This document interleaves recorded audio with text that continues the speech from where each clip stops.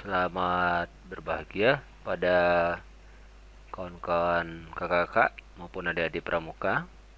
Pada kali ini saya Satria Arjuna akan menerangkan tentang kompas dan peta pita. Kompas dan peta pita erat hubungannya di dalam gerakan pramuka, di mana penggunaan kompas merupakan mutlak dipergunakan dalam sebuah perjalanan penjelajahan. Karena tujuan akhir dari sebuah penjelajahan adalah membuat peta perjalanan dan laporan 5 kolom. Laporan 5 kolom dan dalam penjelajahan serta peta perjalanan sangat membutuhkan arah dan koordinat yang akan dibutuhkan dalam pengisian kolom pada laporan 5 kolom atau yang lebih dikenal dengan peta pita. Pada kesempatan ini kita akan mengetahui dan lebih memperdalam lagi bagaimana cara menggunakan kompas dan mengetahui berapa banyak jenis dari kompas itu sendiri. Sebelum kita masuk pada materi pengisian pada kolom-kolom laporan 5 kolom atau peta pita, baiklah kita akan mempelajari tentang kompas secara umum. Secara bahasa, kompas adalah sebuah alat. Alat yaitu fungsinya untuk membantu, mempermudah kita untuk melakukan sebuah pekerjaan. Nah, untuk kompas sendiri adalah alat untuk membantu petunjuk arah. Karena di kompas memang dominan fungsinya adalah petunjuk arah. Secara arti yang sesungguhnya atau definisinya, kompas adalah alat petunjuk arah yang bekerja berdasarkan gaya medan magnet. Pada kompas selalu terdapat sebuah magnet sebagai komponen utamanya. Magnet tersebut biasanya berbentuk sebuah jarum penunjuk. Saat magnet menunjuk tersebut berada dalam keadaan bebas atau datar, maka akan mengarah ke utara dan selatan magnet bumi. Inilah yang dijadikan dasar dalam pembuatan kompas dan alat navigasi berbasis medan magnet yang lainnya. Umumnya kompas terdiri dari 3 komponen kompas secara umum, yaitu badan kompas atau bodi, jarum magnet, dan skala arah mata angin. Badan kompas berfungsi sebagai pembungkus atau alat pelindung komponen utama kompas. Jarum magnet dipasang sedemikian rupa agar bisa berputar bebas secara horizontal. Skala penunjuk umumnya berupa lingkaran 360 derajat dan arah mata angin, yang di sana tertulis huruf N, E, S, dan W. N singkatan dari north atau utara. E singkatan dari east atau timur. S singkatan dari south atau selatan. W singkatan dari west atau barat. Macam dan jenis kompas. Kompas terdiri dari 3 jenis, yaitu kompas bidik yang biasa kita pakai dalam gerakan pramuka atau kompas prisma. Kemudian kompas orientering atau kompas silva. Kompas orientering dan kompas silva akan kita lihat nanti gambarnya, yang mana fungsi utamanya adalah untuk melihat posisi atau arah pada peta topografi. Dan yang ketiga adalah kompas biasa. Kompas biasa ini sering dipergunakan seperti pada jam, atau pada pisau belati, atau pisau sangkur pada angkatan bersenjata, atau bisa saja pada yang biasa dilekatkan pada mainan anak-anak atau apa saja, yang fungsinya utamanya adalah untuk penunjuk arah utara, selatan, barat, dan timur saja.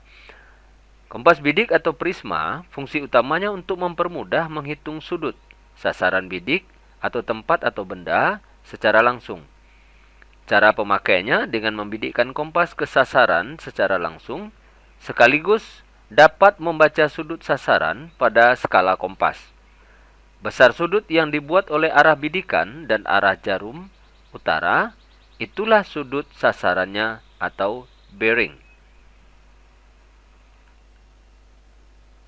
Berikutnya akan kita lihat bagian-bagian kompas secara spesifik, lebih dari yang tadi dikatakan hanya 3 bagian.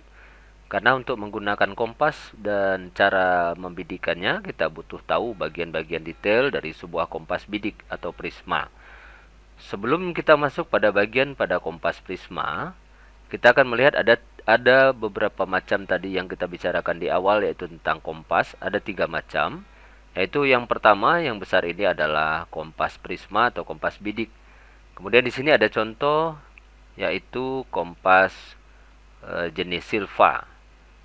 Dan kompas ini lebih jauh dipergunakan dalam penggunaan pencarian arah dalam peta topografi, karena pada bodinya yang transparan bisa melihat peta yang berada di bawahnya dengan jelas. Kemudian di sini ada petunjuk arah utara, tanda panah di sini. Kemudian di sini ada zoom atau loop yang untuk memperbesar angka atau koordinat tertentu.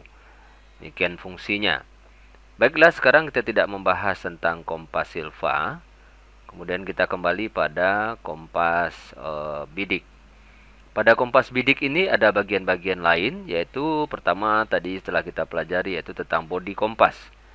Kemudian ada loop atau kaca pembesar di sini untuk melihat angka yang ada pada dial.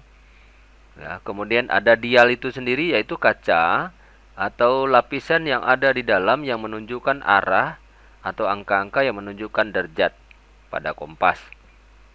Kemudian ada celah visir, di sini ada belahan atau celah yang ada di atas loop atau kaca pembesarnya. Kemudian di sini pada cap atau tutup kompas terdapat ada sebuah rongga atau jendela yang di tengahnya ada benang. Benang, dan itu dikatakan benang visir. Kemudian pada bagian bawah belakang terdapat handle atau gantungan atau tempat memasukkan ibu jari pada saat kita akan membidikkan kompas. Demikian tentang bagian-bagian kompas. Kemudian di sini ada angka yang terdapat pada dial, yaitu dari 0 sampai dengan 359 derajat. Nah, dari 0 sampai dengan 359 derajat. Itulah yang ada pada bagian kompas. Kemudian ada garis pembantu dial di sini kuning. Ya, sebelum kita membidikkan kompas, kita harus meluruskannya dengan angka yang ada tepat di bawah kaca pembesar ini, supaya kita dapat melihat dengan akurat angka yang ada pada dial. Demikian pada bagian-bagian kompas. Selanjutnya, kita akan melihat bagaimanakah cara membidikkan kompas atau mempergunakan kompas dan melihat angka yang ada pada dial. Kalau kita definisikan dengan kata-kata atau tulisan bahwa cara menggunakan kompas, yaitu pertama, jarum kompas akan bekerja baik jika posisi kompas mendatar. Seperti ini kira-kira. Kompasnya seperti ini, datar. Kemudian masukkan ibu jari ke dalam ring kompas atau handle tadi seperti ini, agar posisinya menjadi datar dan kuat pada pegangan kita. Kemudian telunjuk kita taruh di bawah kompas seperti ini, membuat kondisi kompas menjadi stabil dan tidak bergoyang pada saat kita membidikkan. Kemudian C, bidik sasaran melalui celah visir, celah bidik ya. Seperti ini, di atas zoom atau di atas kaca pembesar ini ada celah visir namanya. Ya, bidik sasaran melalui celah bidik sampai terlihat benang bidik pada lidah kompas atau capnya tadi. Di sini ada benang visir tadi. Kemudian kita lihat sasaran bidik kita, contohnya adalah pohon cemara besar ini. Kita lihat, kita sejajarkan antara celah visir, benang visir pada celah tutup ini sejajar dengan sasaran bidik yang akan kita bidik. Kemudian, baca lingkar mendatar atau dial yang ada pada kompas melalui kaca pembesar pada prisma di bawah celah bidik. Nah, kaca pembesar ini kemudian kita lirik ke bawah menghadap kepada dial atau angka-angka yang ada pada kompas yang menunjukkan besarnya sudut yang kita bidik. Setelah kelihatan angka yang ada pada dial di bawah sini melalui kaca pembesar, maka angka itu akan kita ambil sebagai titik bidik atau poin pada satu sasaran bidik. Sasaran bidik adalah sebuah benda tidak bergerak yang paling menonjol yang bisa kita jadikan pedoman untuk memastikan perjalanan kita menuju ke arah tersebut.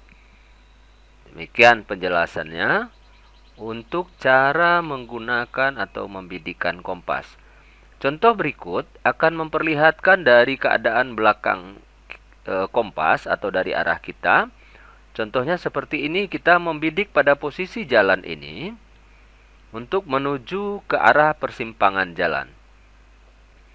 Dengan cara meluruskan antara celah visir, benang visir, kemudian sasaran bidik atau objek bidik kita. Nah, biasanya dalam perjalanan ini, adik-adik dalam penjelajahan dibekali dengan sebuah surat perjalanan yang biasa dibuat dalam bentuk sandi oleh panitia maupun oleh kakak pembina. Contohnya, ikutilah jalan raya ini menuju ke pohon besar yang ada di depanmu. Nah, itu bisa saja dibuat dalam bahasa Indonesia biasa atau menggunakan sandi-sandi yang ada dalam pramuka yang kita kenal. Nah, untuk itu kita sudah tahu bahwa perintahnya ikuti jalan besar ini sampai menuju ke persimpangan berikutnya. Maka yang kita lakukan adalah pertama, membidikkan kompas lurus dengan arah sasaran bidik atau pohon kayu besar tadi. Kemudian kita melirik angka yang ada pada dial. Di sini bisa kita lihat melalui kaca pembesar atau loopnya terlihat angka 85. Maka angka 85 ini adalah merupakan besaran sudut yang akan kita jalani. Begitu selanjutnya pada titik B menuju ke titik C. Seandainya dalam sebuah surat perjalanan adik-adik diminta oleh pembina ataupun panitia, katanya lanjutkan perjalanan adik berbelok ke arah kiri menuju ke arah perbukitan. Nah, kalau kita mengikuti perjalanan ini berarti kita akan membidik pada poros jalan. Ya, jadi kita membidik pada poros jalan ini menuju ke titik C. Kita umpamakan di sini sebagai sasaran bidiknya adalah sebuah tower atau apa saja benda yang ada pada posisi ini yang bisa menonjol dan gampang kita lihat. Bisa saja itu pohon kayu atau rumah atau tower masjid dan lain sebagainya yang lebih tinggi menonjol. Dan tidak boleh kita ambil sebagai sasaran bidik yaitu benda-benda yang bergerak yang pada satu saat mereka akan beralih tempat dari tempat yang kita bidikan. Nah, begitu selanjutnya kalau dalam perjalanan penjelajahan ini terdapat banyak sekali belokan-belokan yang akhirnya sampai ke garis finish.